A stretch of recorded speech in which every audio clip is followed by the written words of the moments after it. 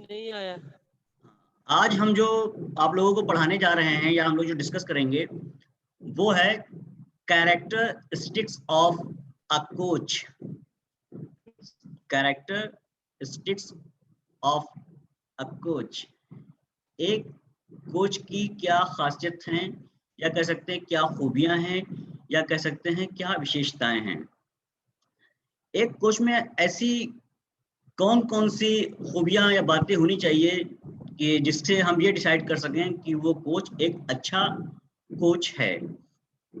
तो सबसे पहले हम उसकी जो कैरेक्टरिस्टिक्स हैं उसके बारे में चर्चा करेंगे, जानेंगे। तो जो पहली उसकी कैरेक्टरिस्टिक्स है, खूबी है, वो है कॉम्पिटेंसी। अब यहाँ हम समझने की कोशिश करेंगे कॉम्पिटेंसी होती क्या है। कॉम्पिटेंसी का मतलब आप यहाँ पर ये समझ सकते हैं कि वो कितना निपुण है, कितना टैलेंटेड है, कितना वो मास्टर है अपने गेम में। क्योंकि कोच अगर अपने ही गेम में मास्टर नहीं होगा, निपुण नहीं होगा, टैलेंटेड नहीं होगा, स्किल्ड नहीं होगा, तो वो स्किल्स को लोगों को नहीं सिखा पाएगा, अपने स्टूडेंट को नहीं बता पाएगा। उसको कोच को अपनी स्किल्स की बारीकियों की नॉलेज बहुत अच्छे से होनी चाहिए, उसकी हर स्किल पर अपनी कमांड होनी चाहिए। इसके साथ साथ ये भी अच्छा होता है एक अच्छे कोच के लिए कि उसको जो भी गेम का कोच है उसकी स्किल्स के अलावा अगर उसको दूसरे गेम्स की स्किल्स भी आती हैं तो ये बहुत बेहतर है खिलाड़ी के लिए। क्योंकि आपने देखा भी होगा, पढ़ा भी होगा कि ट्रांसफर ऑफ लर्निंग भी होती है। कभी कभी दूसरी गेम्स की स्किल्स भी आपकी गेम में फायदा पहुंचाती हैं।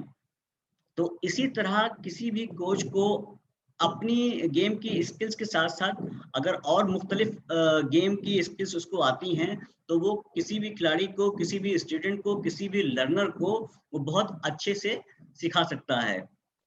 इसलिए बहुत ज़रूरी है कि उसके पास जो भी स्किल्स हो उसमें उसको मास्टरी हो। फिर जो दूसरी इसकी खूबी आती है, कैरेक्टरिस्टिक्स हम कह सकते हैं, वो है desire to serve. Desire to serve मतलब दूसरों को दूसरे की सेवा करने की उसके अंदर जो जज्बा हो उसको बोलते हैं डिजायर टू सर्व। इसमें क्या होता है कि खिलाड़ी अगर कोच मान लीजिए बहुत टैलेंटेड है, बहुत एक्सपीरियंस्ड है और उसको अपनी टेक्निक्स पर, अपनी स्किल्स पर मास्टरी है, तो उसको स्टूडेंट को या लर्नर को ये शो नहीं करना है कि उसे बहुत आता है, मैं सुपीरियर हूँ, मैं बहुत अच्छा कर लेता हूँ। कोच को ये बिल्कुल शो नहीं करना है कि हमें आता है, आप नहीं कर पा रहे हो, बल्कि उसको जो आता है वो आपको दे रहा है, ताकि वो जो उसकी टीचिंग है, जो उसकी कोचिंग है, वो पास ऑन हो सके जनरेशन टू जनरेशन तक। क्योंकि वो हो सकता है आपको सिखाए, आप सीखने के बाद आपके स्टूडेंट हो या आप किसी को सिखाएं। तो ये एक सेवा की आपके अंदर टेंडेंसी होनी चाहिए ताकि आप स्किल्स को अच्छे से सिखा सकें, बनस्पत इसके कि आपके अंदर कोई गुरूर ना हो। आप लोगों का भला चाह रहे हैं, आप भला चाह रहे हैं कि आप अपनी स्किल्स अपने स्टूडेंट को सिखा रहे हैं, अपने लर्नर को सिखा रहे हैं और अपने खिलाड़ी को सिखा रहे हैं। निस्वार्थ आपका मकसद होना चाहिए कि हमारा जो खिलाड़ी है, हमारा जो लर्नर है, हमारे जो स्टूडेंट्स है, वो उस स्किल में महारत हासिल करे और अपना बेस्ट दे सके। इसके बाद आता है जिसकी एक नई खूबी है कोच के लिए, वो है मूवमेंट एनालाइजर। जाहिर सी बात है कि किसी भी स्किल्स को परफॉर्म करने के लिए मुख्तलिफ किस्म के मूवमेंट्स यूज होते हैं किसी भी स्किल को परफॉर्म करने के लिए। तो जब आप स्किल परफॉर्म कर रहे हैं तो कोच को चाहिए कि आपको वो सफिशिएंट टाइम दे ताकि आप अपनी स्किल्स को परफॉर्म करें। और जब आप स्किल्स को परफॉर्म कर रहे होते हैं, जब आप स्किल्स को परफॉर्म कर रहे होते हैं तो वो अपनी आंखें आपकी स्किल्स पर लगाए रहे, यानी कि आपकी स्किल्स को वो ऑब्जर्व करे, वो ये देखे और जानने की कोशिश करे कि आप स्किल्स को कैसे परफॉर्म कर रहे हैं, आपकी टेक्निक सही है या नहीं सही है, या जो कोच ने आपको बताया है आप वही मूवमेंट्स परफॉर्म कर रहे हैं या नहीं कर रहे हैं। और वो देखे आप कहाँ पर गलतियां कर रहे हैं, वो देखने की कोशिश करें कि आप कहाँ पर गलतियां कर रहे हैं, ताकि उनको सुधारा जा सके, ताकि उनको सुधारा जा सके।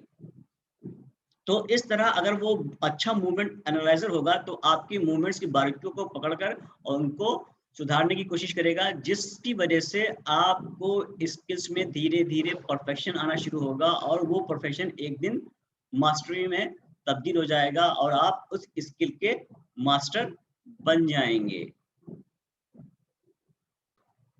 इसकी नेक्स्ट जो कैरेक्टरिस्टिक्स है वो है drive, satisfaction and pleasure. Coach जब भी किसी लर्नर को या खिलाड़ी को कोई भी स्किल या किसी तरह की ट्रेनिंग दे रहा है, तो उसको इस बात का ख्याल रखना चाहिए कि हम जो भी सिखा रहे हैं, बच्चा सीख रहा है, स्टूडेंट सीख रहा है या नहीं सीख रहा है, और इससे कोच खुद सेटिस्फाइड है या नहीं है। आपको हम सिखा रहे हैं और आप अगर नहीं कर पा रहे हैं, तो मुझे सेटिस्फेक्शन नहीं मिलेगा, और जब मुझे सेटिस्फेक्शन नहीं मिलेगा, तो वो आप, इसका मतलब है वो आप स्किल नहीं सीख पाएंगे। मैं आपको सिखाऊं भी, आपके साथ शामिल भी रहूं, और प्लस आप जो सीख रहे हैं, जो मुझे आपको देखने में मजा आ रहा है, जो प्लेजर मिल रहा है, मैं उसको भी फील करूं। क्योंकि जब आप अच्छा खेलेंगे, अच्छा करेंगे, मैं आपको जो कोचिंग दे रहा हूं, आपको अच्छे से समझेंगे, तो मुझे प्लेजर मिलेगा, एक खुशी महसूस होगी। तो इस बात का ख्याल होना चाहिए, कोच में ये भी खूबी चाहिए कि वो उसको आप जो भी वो सिखा रहा है आपको, उसको सेटिस्फेक्शन के साथ प्लेजर भी महसूस हो, वो आपकी हर एक्टिविटी को महसूस कर सके, उससे सेटिस्फाइड हो सके, और उससे वो खुश हो सके। ठीक है, ये भी एक खूबी होती है drive to satisfaction and pleasure. Next जो खूबी है वो है self discipline and attractive personality and an ethical character. यहाँ पर अगर हम बात करें सेल्फ डिसिप्लिन की, तो आप ये जान लीजिए कि डिसिप्लिन हर जगह बहुत जरूरी है। विदाउट डिसिप्लिन तो कोई काम मुमकिन ही नहीं है। अगर वो काम होगा तो अच्छा नहीं होगा, लेकिन अगर आप डिसिप्लिन के साथ कोई काम करते हैं तो काम अच्छा होता है। तो एक कोच की भी जिम्मेदारी है कि वो डिसिप्लिन में खुद भी रहे, और अपने बच्चों को, अपने खिलाड़ियों को, अपने स्टूडेंट को वो डिसिप्लिन को फॉलो करवाए। जो भी उस ट्रेनिंग के रूल्स हैं, कोचिंग के रूल्स हैं, बच्चों को मालूम होने चाहिए, बच्चे उनको जाने, उनको फॉलो करें। और कोच को भी ये करना पड़ेगा कि जो भी टाइम उसने मुकर्रर कर रखा है, तो वो उस टाइम पर मौजूद रहे। ऐसा नहीं है मैंने आपसे कह दिया कि आपको 10 बजे क्लास में आना है, और मैं आपको बास्केटबॉल के स्किल बताऊंगा, आप 10 बजे पहुंच गए, लेकिन कोच आ रहा है 10:30 बजे, 11 बजे। ये अच्छी चीज नहीं है, अच्छी बात नहीं है, और स्पोर्ट्स में, फिजिकल एजुकेशन में इस तरह की चीज टॉलरेट नहीं की जाती है। जैसा कि मैं कई बार कहता हूँ, बार बार कहता हूँ, कि आपने बहुत सी मूवीज देखी होंगी जहां कोचेस को बहुत स्ट्रिक्ट दिखाया जाता है, बहुत सख्त। अगर वो स्ट्रिक्ट नहीं होगा, सख्त नहीं होगा, या डिसिप्लिन नहीं होगा, तो वो आपको डिसिप्लिन नहीं कर पाएगा और आपको अच्छे से स्किल नहीं सिखा पाएगा। और जैसे कि आपको बताया कि उसकी एक अट्रैक्टिव पर्सनालिटी होनी चाहिए।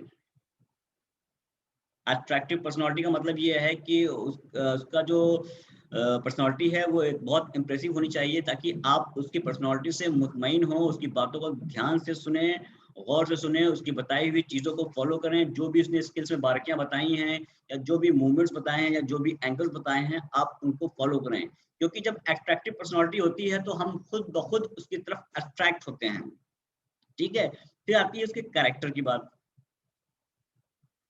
जाहिर सी बात है, उसका करेक्टर बहुत ही आइडियल होना चाहिए और बायस नहीं होना चाहिए। पार्शियलिटी उसको बिल्कुल नहीं करनी चाहिए किसी भी खिलाड़ी के लिए। ठीक है, फिर आता है उसका लास्ट, जो उसका है वो है अपीयरेंस। उसका अपीयरेंस, दिखावट उसकी।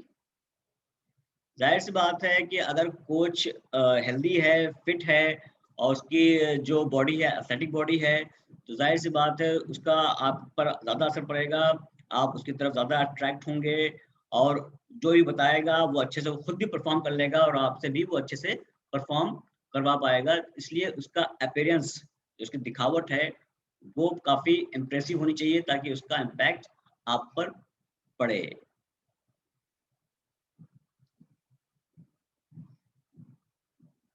बस इतना ही और हम डिस्कस करते रहेंगे इसी के ऊपर। अगर कोई सवाल हो तो आप पूछ लें।